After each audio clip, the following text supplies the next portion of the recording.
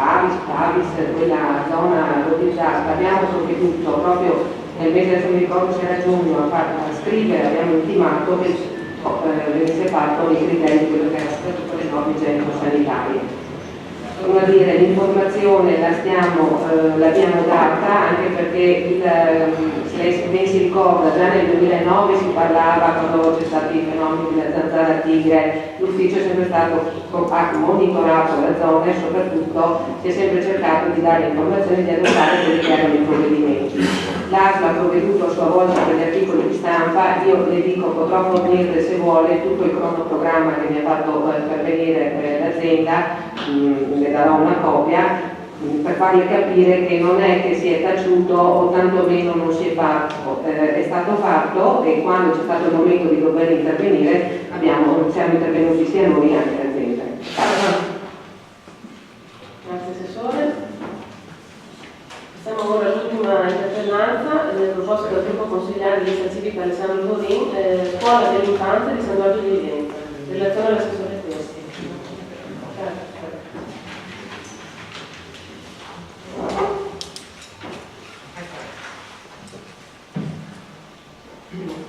Allora, l'interpellanza presentata con il tono canterino, appunto richiamavano una canzone del gruppo lista civica Alessandro Gorin, quindi lasciamo perdere le polemiche sulla canzone tanto amata. L'amministrazione comunale circa un anno fa, si parlava della scuola di San Giorgio, l'amministrazione comunale circa un anno fa ha predisposto un progetto per l'installazione di una scala di sicurezza al piano primo nella zona dormitorio dei bambini. Questo progetto non è stato validato dalla Sovrintendenza dei beni ambientali di Venezia, per cui l'ufficio tecnico ha dovuto riformulare un'altra soluzione e per la definizione di alcuni spazi al piano terra idonei e più confortevoli per il riposo dei bambini. Il progetto prevede lo spostamento della centrale termica e il ricavo della dispensa in prossimità della cucina. I locali attualmente occupati da dispensa e da un piccolo magazzino verrebbero destinati a dormitorio per i bambini. Il costo di questi lavori comporta una spesa di circa 80.000 euro. Purtroppo le rigide regole di bilancio e di disponibilità di quest'anno non è stato possibile dar corso a questi lavori. È certo che questa amministrazione si impegna con ogni sforzo ad inserire tale somma nel prossimo bilancio comunale. Di queste difficoltà non potevamo far altro che rinviare la spesa a trovare i fondi per il prossimo anno, però assicuro che il progetto è fatto e la volontà è sempre quella di andare avanti. Consigliere Favero.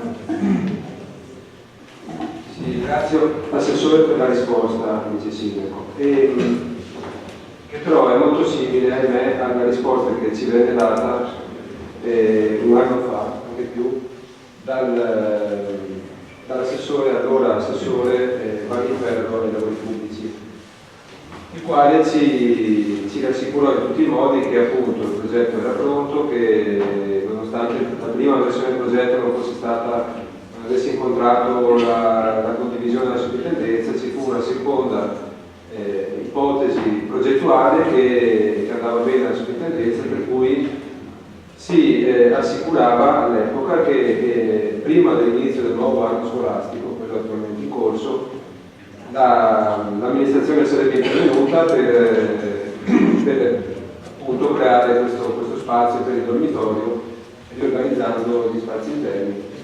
E mi ricordo bene, potremmo anche andare a vederlo nei verbali del Consiglio, mi ricordo bene che l'assessore ci disse che dal punto di vista economico non c'erano problemi perché il bilancio prevedeva una posta specifica per questo tipo di intervento.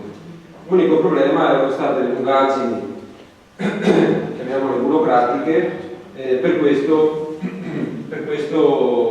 intoppo incontrato con la sovrintendenza, essendo che l'edificio si trova in area con vincolo ambientale. Quindi quel che qui non si mette in dubbio la bontà e la veridicità della versione che oggi ci viene presentata dall'assessore vice sindaco Peso. Sì, però abbiamo il fondato dubbio che si stia tirando un po' per le lunghe e dicendosi c'è la volontà, ci sono i vincoli di bilancio, adesso ci sono, un anno fa evidentemente non c'erano, e quel che va spiegato è perché non si è intervenuti, perché non si è mantenuta quello che era un impegno chiaro, assunto in maniera limpida dall'assessore Valiferro, e adesso invece sembrano esserci nuovi problemi. Che ci sia la volontà, speriamo anche noi che questa volontà ci sia effettivamente, e forse siccome le necessità sono molte nel quadro dei lavori pubblici comunali, forse non è tra le priorità. Perché allora noi chiediamo è che diventi una priorità assoluta, in quanto il disagio sopportato dai bambini, dagli insegnanti, dal personale non docente di quella scuola è un disagio che quotidianamente si ripete, che non può essere tollerato oltre. Quindi volevo capire perché ad un certo punto è venuta meno la disponibilità economica finanziaria, quando sembrava una questione pacifica, un aspetto pacifico, e quindi anche i tempi, i modi, perché ripeto, non vorremmo ritrovarci qui ancora tra un anno a dover appunto fare i conti con una situazione che non è cambiata. Assessore Plesio, prego. Vado a memoria di quello che era la risposta comunque che l'assessore allora all'epoca Valiferro, e io mi ricordo che ero assessore al bilancio. Credo che l'opera fosse stata, ma a dire non sono una verifica, fosse stata comunque stanziata con la vendita delle quote della TVO all'epoca, 2 anni fa o l'anno scorso, un anno e mezzo fa, che poi comunque non è andata a buon fine. Lei giustamente ha detto che capisce i vincoli del patto di stabilità, capisce i tagli, capisce le difficoltà economiche che hanno oggi gli enti comunali, però non capisce perché non si fa la scuola. Allora, giustamente, se capisce le difficoltà che ha un'amministrazione, dovrebbe capire il perché non si fa questo lavoro. Torno a dire, lo ha detto anche lei, è una priorità ed è una priorità che portiamo avanti da 1 anno e mezzo. Sicuramente non sarà una promessa, dite voi, e poi messa nel dimenticatoio, assolutamente no, perché come ci tiene lei che i bambini abbiano un posto che sia comunque per poter riposare, lavorare le maestre medie e quant'altro, anche questa amministrazione ci tiene, e lo dimostra il fatto che anche il sindaco ha incontrato non più tardi di qualche settimana fa, credo una settimana fa, le mamme dell'asilo della scuola di San Giorgio. Quindi torno a dire, l'impegno c'è, ci sono delle difficoltà, mentre 1 anno e mezzo fa avevamo fatto una previsione e quindi ci aspettavamo che la cosa potesse andare a buon fine, non è andata. Nell'arco dell'anno sono cambiati anche comunque i tempi, sono cambiati tutti i vari gli obblighi che ci impone il governo e quant'altro. Adesso in fase di bilancio, siccome è una priorità, troveremo i famosi 60.000 euro, 80.000 euro per poter comunque dare una risposta e soprattutto per un impegno che ha preso l'amministrazione e portato avanti anche da quella precedente. Grazie. Grazie Assessore. Passiamo al secondo punto all'ordine del giorno. Approvazione verbale, seduta precedente. Favorevoli? Nessuno? Assente da no.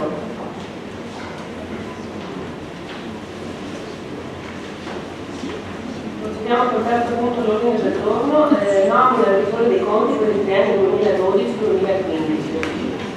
Relazione al sindaco.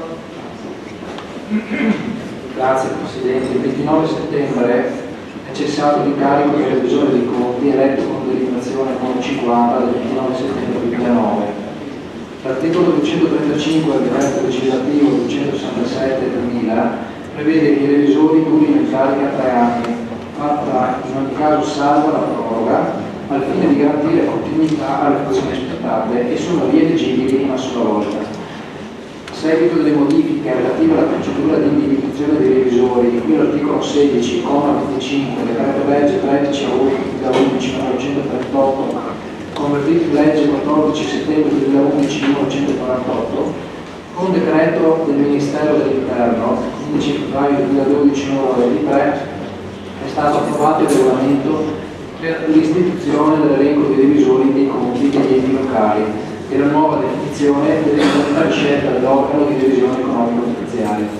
Con circolare del Ministero dell'Interno numero 7 del 2012, in data 5 aprile 2012, viene stabilito che nelle more dell'avvio effettivo del nuovo procedimento, che sarà reso noto mediante avviso sulla Gazzetta Ufficiale della Repubblica Italiana, gli organi di revisione in scadenza prima della data di effettivo avvio del procedimento proseguono la loro attività per 45 giorni con l'istituto della prorogazione e allo scadere di tale periodo continuano ad essere nominati con le modalità previste dall'articolo 234 seguente del decreto legislativo 267 del 2000. I procedimenti di rinnovo non conclusi alla data di avvio della nuova procedura devono necessariamente essere sottoposti alla procedura di estrazione dall'elenco con le modalità previste dal regolamento in esame. Non essendo stata tuttora attivata la nuova procedura che prevede l'estrazione dei nominativi dall'elenco di cui il regolamento previsto dal DM decreto del Ministero dell'Interno 23 del 2012 ed essendosi ormai concluso il periodo massimo di prorogazione, si rende necessario procedere all'elezione del revisore secondo le previgenti modalità. L'articolo 241 del citato decreto legislativo prevede altresì che l'ente locale stabilisce il compenso spettante al revisore con la stessa delibera di nomina nei limiti imposti da uno specifico decreto ministeriale. Il decreto ministeriale del 20 maggio 2005, attualmente in vigore, stabilisce l'importo base massimo per fascia demografica e le condizioni per eventuali aumenti dello stesso, tra cui il superamento di determinati valori pro capite di spesa corrente e di investimento. Nella fattispecie risultano applicabili entrambi gli incrementi, come pure il principio di contenimento della spesa per gli organi di indirizzo, direzione e controllo di cui l'articolo 6,3 decreto legge 78/2010. Appare pertanto opportuno, oltre che legittimo, confermare il compenso in godimento che già tiene conto delle suddette variabili e che ammonta come lo scorso anno, come nelle scorse annualità, è 8.157,60 lordi annui, oltre ai contributi previdenziali e IVA. L'articolo 3 del decreto ministeriale prevede inoltre che al revisore non residente nel comune presso cui svolge le funzioni spetti anche il rimborso delle spese di viaggio secondo le modalità stabilite dal regolamento di contabilità o in mancanza di apposita previsione nella deliberazione di nomina. Per quanto riguarda i rimborsi spese, tenuto conto anche della possibile sede dello studio del professionista proposto tra quelli che hanno presentato la richiesta, si propone un importo forfettario mensile notificato in euro 100 oltre ad accessori. Passo la parola al Presidente per l'invito per il gruppo.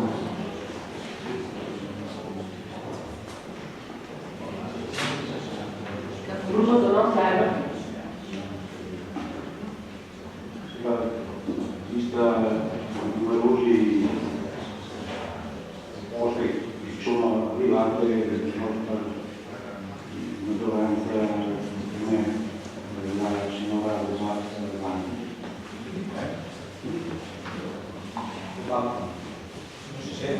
Bobat Vanni.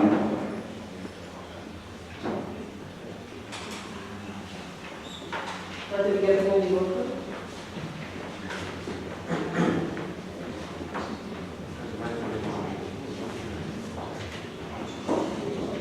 Procediamo alla votazione segreta.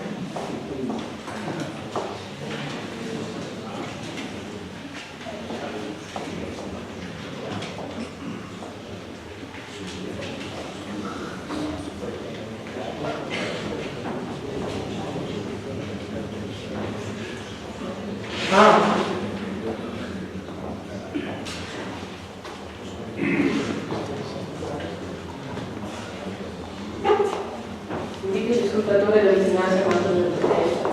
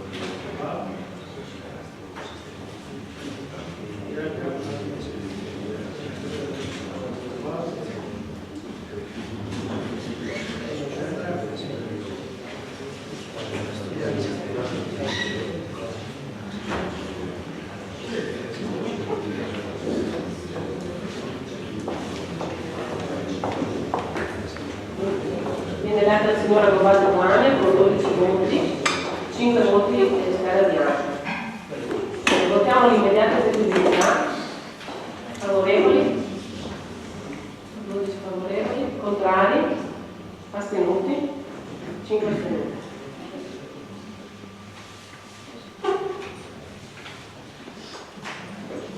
Il quarto punto all'ordine del giorno, approvazione del regolamento imposto di soggiorno, verrà rinviato alla prossima seduta consigliare. Lascio la parola al sindaco.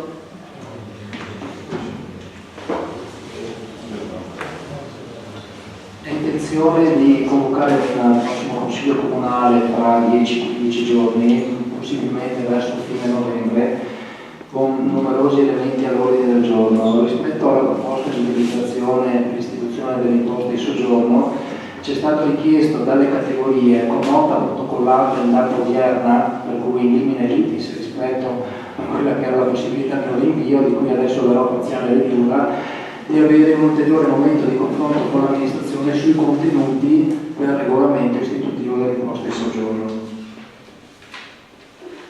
La nota, che è stata protocollata questa mattina in la mattinata, a firma del Presidente dell'ACA, del rappresentante Ascom Turismo, del Presidente Consorzio Avenili, del Direttore del bilancio, sottoscritto del Delegato FIAI di Venezia e del Presidente Associazione Fiscale di Caule, sostanzialmente in sintesi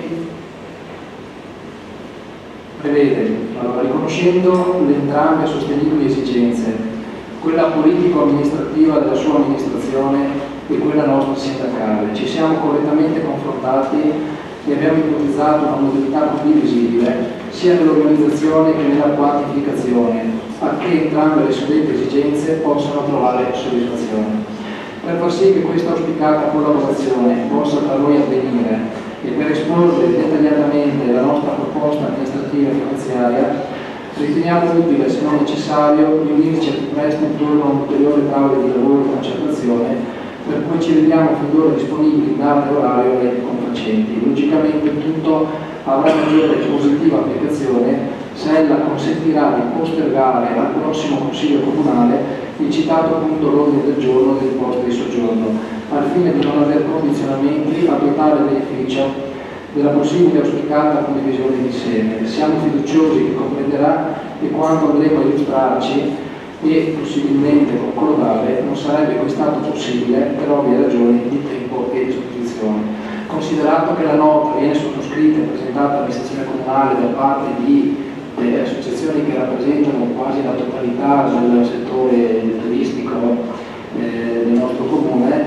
considerato che anche questa amministrazione condivide, come ha fatto finora, il momento di confronto, di concertazione, di condivisione, di convergenza, il più possibile, poi ognuno può anche rimanere nelle rispettive posizioni, preso atto che da quando ho iniziato a fare le trattative con le associazioni per l'istituzione dell'imposta, abbiamo fatto 4 incontri ufficiali e numerosi incontri non ufficiali per arrivare a una concertazione dell'istituzione dell'imposta stessa. Vedo opportuno, cosa buona e giusta, consentire questa ulteriore dilazione al prossimo Consiglio Comunale, che comunque sarà alla fine del corrente mese, per avere un ulteriore momento di dialogo. Questa cosa dimostra che le affermazioni fatte nel corso degli ultimi tempi, anche a livello così di stampa, dove si afferma che questa amministrazione è un rapporto privilegiato, un dialogo con le categorie e i cittadini, alla fine il del Consiglio Comunale viene tutto rinviato perché le stesse categorie fanno presente che non sono per niente d'accordo. Quindi in questa circostanza, come in tante altre, voglio dire, penso che sia opportuno da parte vostra fare anche una riflessione e capire quale sia il metodo migliore per lavorare con i cittadini di Camera.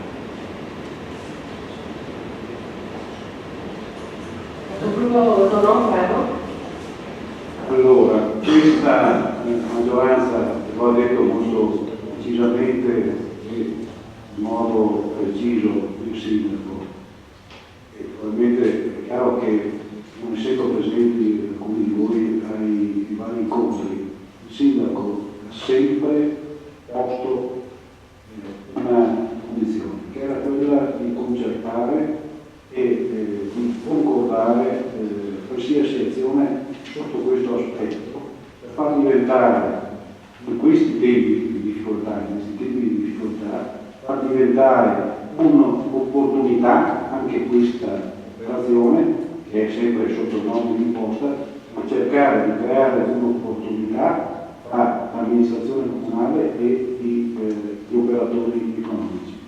È chiaro che fino a questa mattina, se non c'era questa, non dico volontà, ma non si è arrivati a un punto di questo genere, è chiaro che noi ora, questa maggioranza era ed è pronta, se non stasera, tra qualche giorno, a approvare questo regolamento, ribadisco, questo è un regolamento sui termini, poi è chiaro che ed è auspicabile che questo è un desiderio del sindaco, ma anche da parte di tutta questa maggioranza, di andare anche gli aspetti strutturali e concreti di questa imposta su cui questa amministrazione, ma devo dire che anche specialmente ha sempre detto di poter dare linfa alla promozione e alla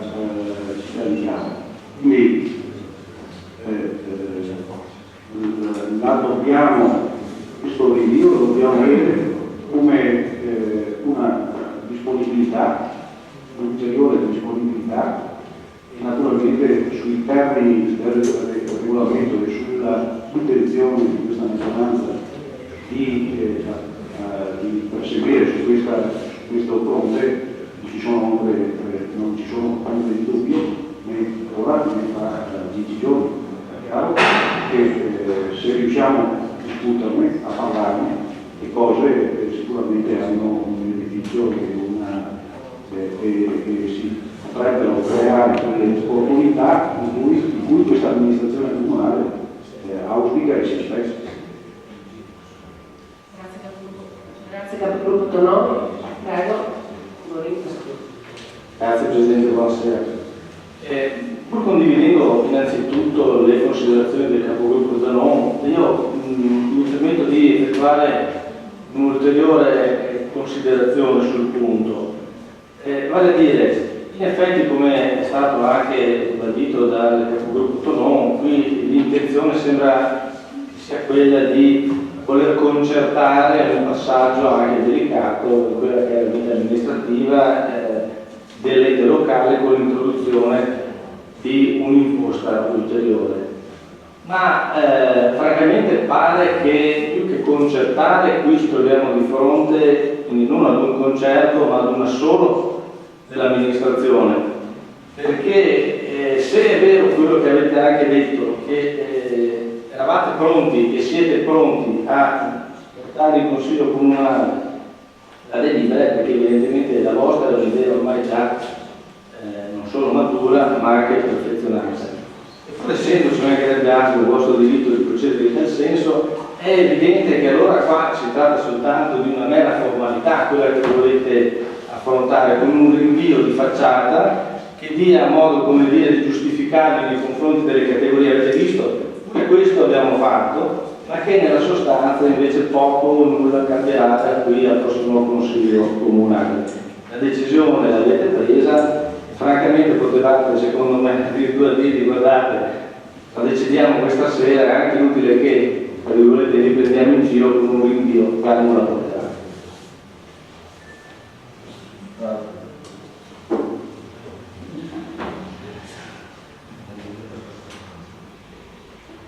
Lascio la parola al sindaco per chiudere l'argomento.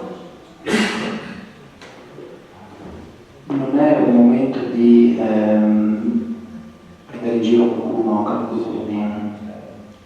Noi non abbiamo questa volontà, non ce l'ha nessuno, spero che non ce l'abbia neanche lei, perché sarebbe drammatico, altrimenti se lei dovesse prendere in giro qualcuno. Allora abbiamo fatto 4 mesi di confronto, di tentativo di trovare una soluzione condivisa con le categorie, partendo dal presupposto che la volontà di questa amministrazione è istituirla. Su questo non c'è ombra di dubbio, le ragioni le discuteremo nel prossimo Consiglio Comunale, quali potranno essere le motivazioni pro e contro, quindi in quella sede poi lei potrà dire la sua opinione sull'istituzione o meno del di soggiorno. Questa sera sono motivato le ragioni del rinvio per approfondire ulteriormente questo momento di concertazione. Nei 4 incontri che ci sono stati con le associazioni di categoria, sin dal primo ho sempre detto che stiamo ragionando sul regolamento dell'istituzione della tassa di soggiorno. In quel regolamento ci sono dei contenuti che ho voluto condividere con tutte le associazioni rappresentanti del settore del turismo, perché nel momento in cui si trova l'accordo sul contenuto è più semplice poi trovare l'accordo magari su quelle che sono le tariffe.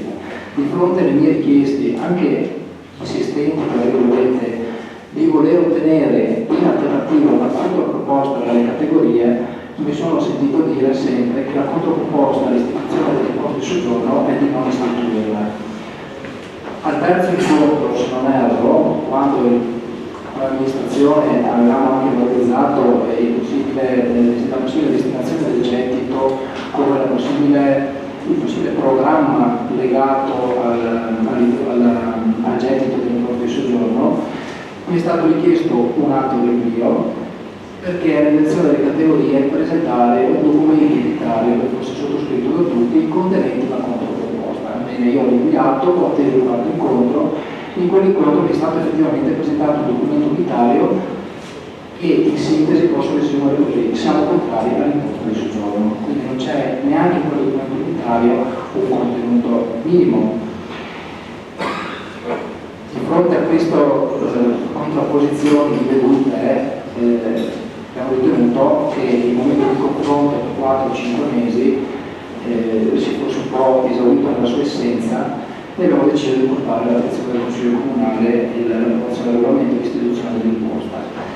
Ripeto, in limine litis, come diciamo noi avvocati, questa mattina, in tarda mattinata, è stato portato questo. Ora lo trovo un momento importante.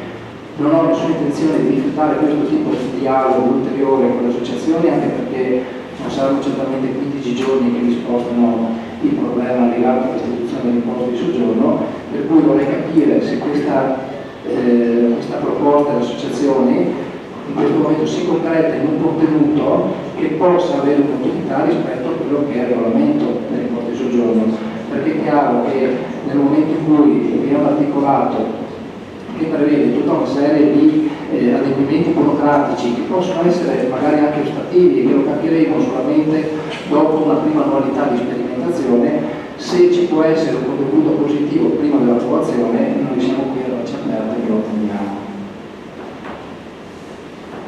Siamo ora al quinto punto all'ordine del giorno. Realizzazione delle opere esterne al TUA, Paolo Nausico di Sansonessa. Approvazione schema di convenzione con ditta lottizzante. Relazione al sindaco. No, scusate, relazione al professore Pietro.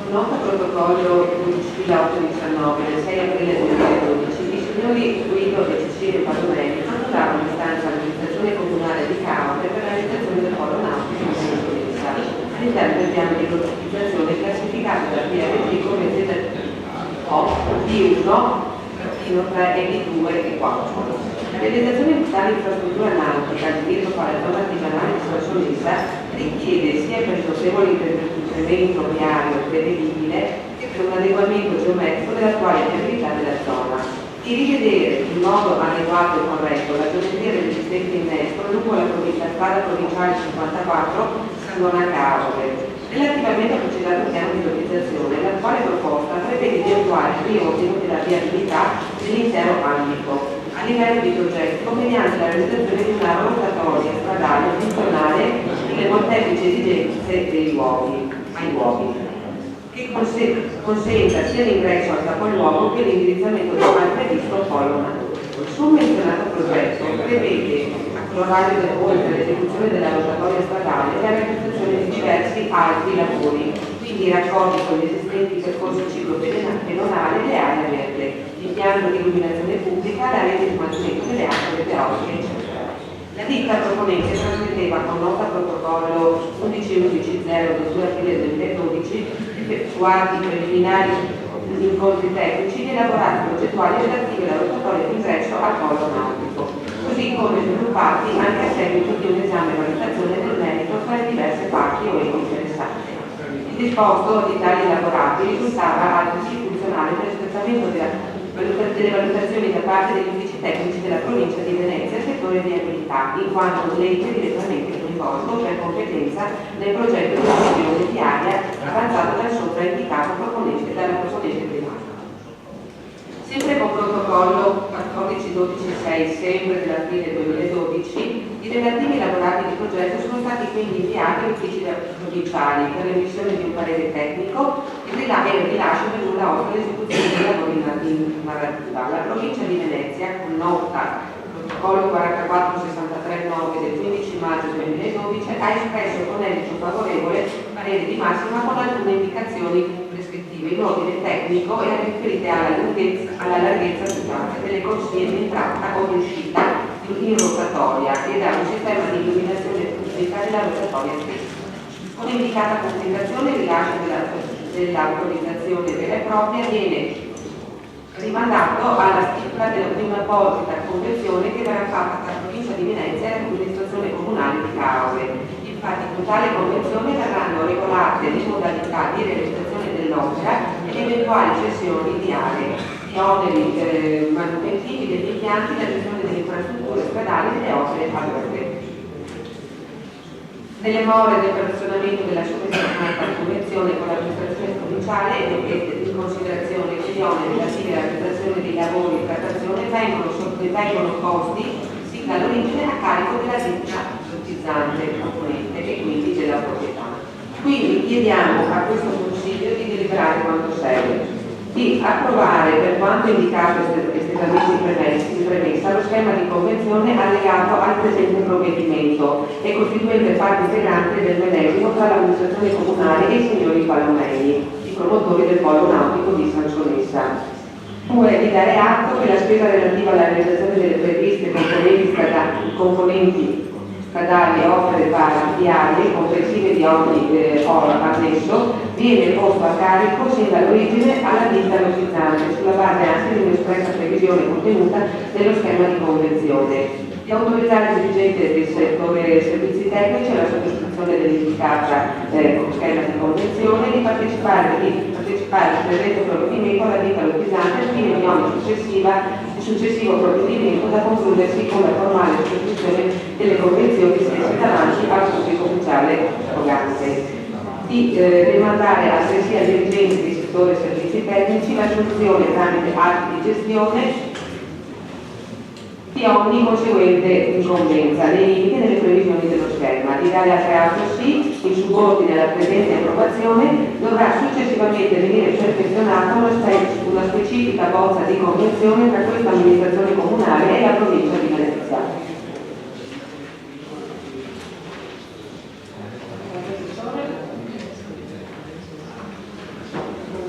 Passiamo al terzo punto dell'ordine del giorno. Scusate, mettiamo i voti, mettiamo i voti del quinto punto dell'ordine del giorno. Favorevoli? Prego, per dichiarazione di voto. Grazie. Noi, pur comprendendo anche quelli che sono stati l'esecuzione di un'opera che senz'altro andrà a alleggerire e migliorare la viabilità di un'azione che si sta sempre più popolando, riteniamo però che ci siano dei passaggi che non consentono di esprimere un voto favorevole sul punto. Mi spiego indicandoli segnatamente. Stiamo discutendo di un'opera che deve essere realizzata in convenzione.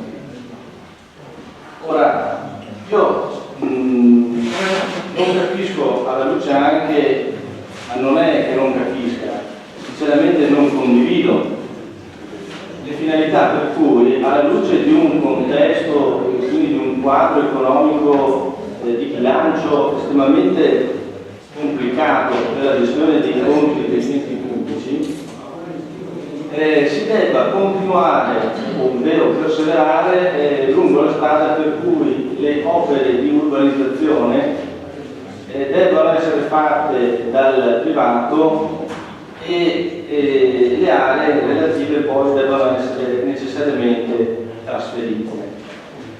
Perché il trasferimento, in questo caso, delle aree destinate alla viabilità, quelle complementari, la nuova rotatoria, nonché tutte le opere relative, quali sottoservizi, impianti, opere di arredo, di fatto poi dovranno anche essere mantenute. E questa è una prospettiva che un ente pubblico e quindi degli amministratori pubblici accorti devono avere necessariamente presente, perché da qui prospettiva poi quelle opere dovranno essere mantenute, ci potranno essere degli interventi e quindi cadranno necessariamente a carico dell'ente pubblico nel momento in cui le aree e le opere gli verranno trasferite. Ora, o si prevede, secondo la mia impostazione, che il privato si faccia carico in prospettiva anche di questi oneri, oppure è meglio evitare di avere le aree, è meglio evitare il trasferimento di aree in capo all'ente pubblico, che comunque potrà averne asservimento, gravando però al privato degli oneri legislativi. Poi non capisco, e anche qui non è che non capisca, sinceramente non mi convince la ragione per la quale si debba consentire gratuitamente l'ormeggio delle imbarcazioni presso quella che è l'area di Alagevaro del comune di Cavani. Sì, certo, si possono comprendere le difficoltà del privato, ma perché allora offrire gratuito ormeggio a quelle imbarcazioni? Si può prevedere, anche nel rispetto di quelle che sono le competenze e le esigenze dell'ente pubblico, di offrire questo tipo di soluzione, però dietro adeguato penso. Queste sono le ragioni che non ci convincono fino in fondo sulla bontà della convenzione, in ordine alla quale esprimiamo quindi voto contrario.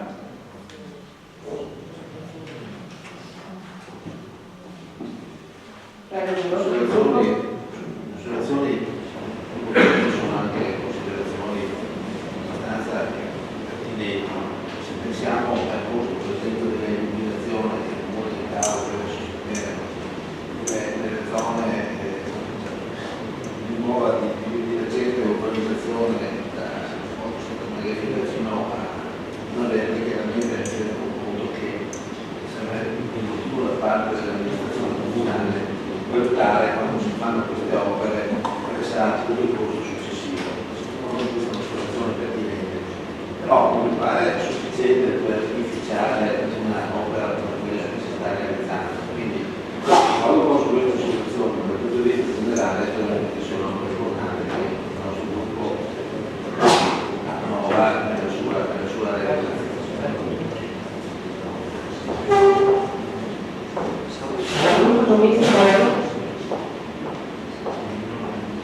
Sì, grazie. Non volevo intervenire, ma visto che c'è un po' di discussione su questo punto sarò brevissimo. Io ritengo che un'opera del genere programmata di questi tempi, un grosso investimento volto non solo a creare lavoro ma anche a creare situazioni di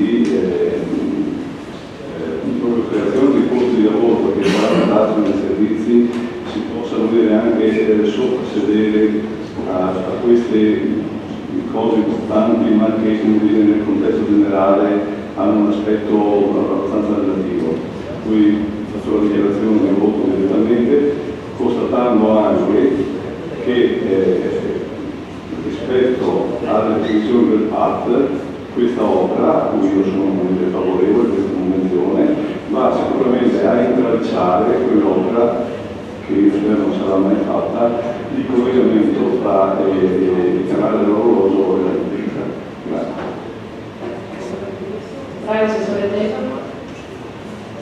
Sono una piccola considerazione perché comunque l'argomento l'avevamo trattato in commissione alla presenza del capogruppo commisso, del consigliere Marco Giro, non mi ricordo se lei c'era, il capogruppo commisso. Comunque è vero, lei dice non si fanno le opere, gli enti e quant'altro. Allora, l'opera la fa comunque il privato, vero? Lei ha fatto un discorso sulla manutenzione, comunque se lei ha presente già adesso quel sito l'amministrazione ha una gestione sia del verde, dell'aiuola e anche dell'illuminazione, quindi non è che cambia molto l'importo o che si vada a aumentare. I conteggi sono stati fatti e sono stati fatti proprio in una stima relativa a quello che è il consumo di quell'accesso che esiste ormai da anni in quella località. Si dà sviluppo, comunque si dà l'opportunità di poter andare avanti al privato. Torno a dire, la convenzione è stata analizzata e poi non è che va in passaggio sia di proprietà dell'ente, va alla provincia. Di quel pezzettino che faceva lei riferimento è un pezzettino di terreno per quanto riguardava l'ormeggio, che alla fine per l'ente non ha neanche, è inutile, è lì un pezzettino morto. Poi, torno a dire, quando sarà conclusa l'opera, saranno finiti, oppure meglio, quando saranno finiti i lavori, quel pezzettino non vi daremo più, cioè, al momento, oppure se è da vedere, lo spazio acqua, scusi, lei l'ha definito pezzettino. Poi,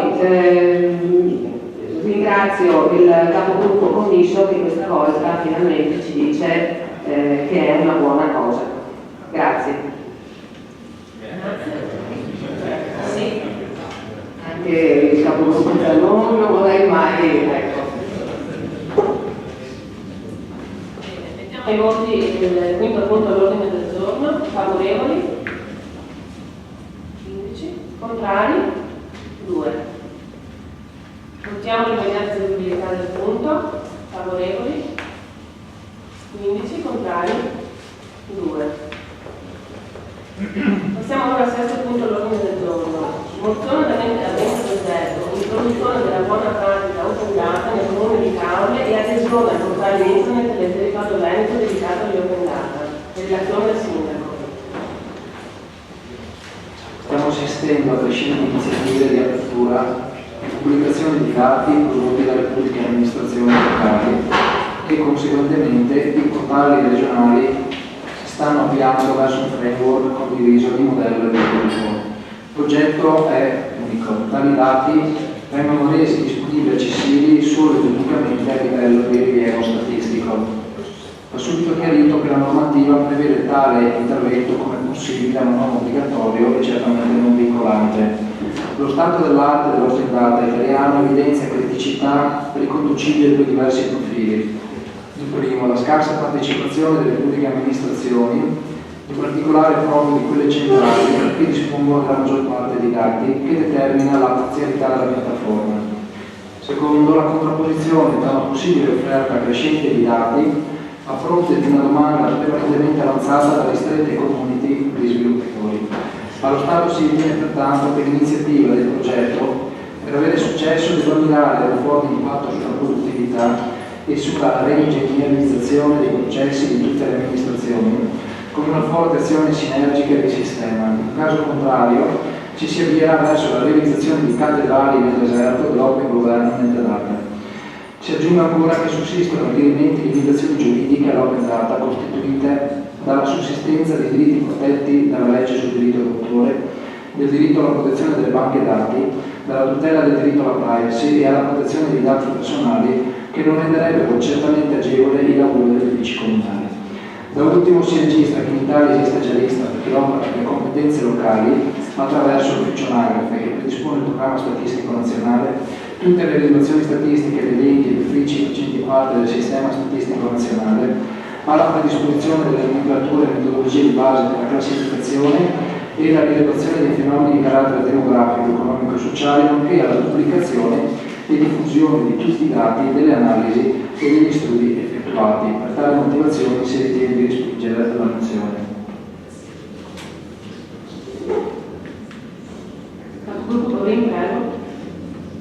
Grazie Presidente. Bene, io ho ascoltato le motivazioni di questa maggioranza che sostanzialmente quindi non approverà la mozione. Eppure in seno alla maggioranza, se non ricordo male, c'è un consigliere che poi è anche assessore e di questo ordine del giorno difficilmente potrebbe esprimere una valutazione contraria. Mi riferisco nello specifico all'assessore Russo, perché in realtà il testo che non è stato letto solo in questa sede, ma che era stato letto in sede di presentazione della mozione, è stato ispirato da quello che è un ordine del giorno dell'UDC in seno al Consiglio Comunale di Venezia. E nello specifico, visto che conosco anche qualcuno dell'UDC, il capogruppo dell'UDC a Venezia, Venturini, si fece promotore di questo tipo di iniziativa. Allora, pur comprendendo, anche se non condividendo le ragioni della maggioranza, mi chiedo come farà l'assessore Russo a discostarsi da quella che è una mozione di condivisione di un progetto open data che è anche, a quanto mi risulta, condiviso a livello provinciale. Lascio la parola al sindaco.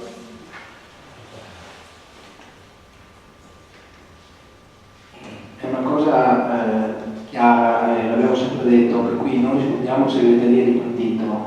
Le valutazioni che vengono effettuate in questo Consiglio Comunale, almeno per quanto riguarda la parte della maggioranza, non rispondono a direttive delle segreterie di partito.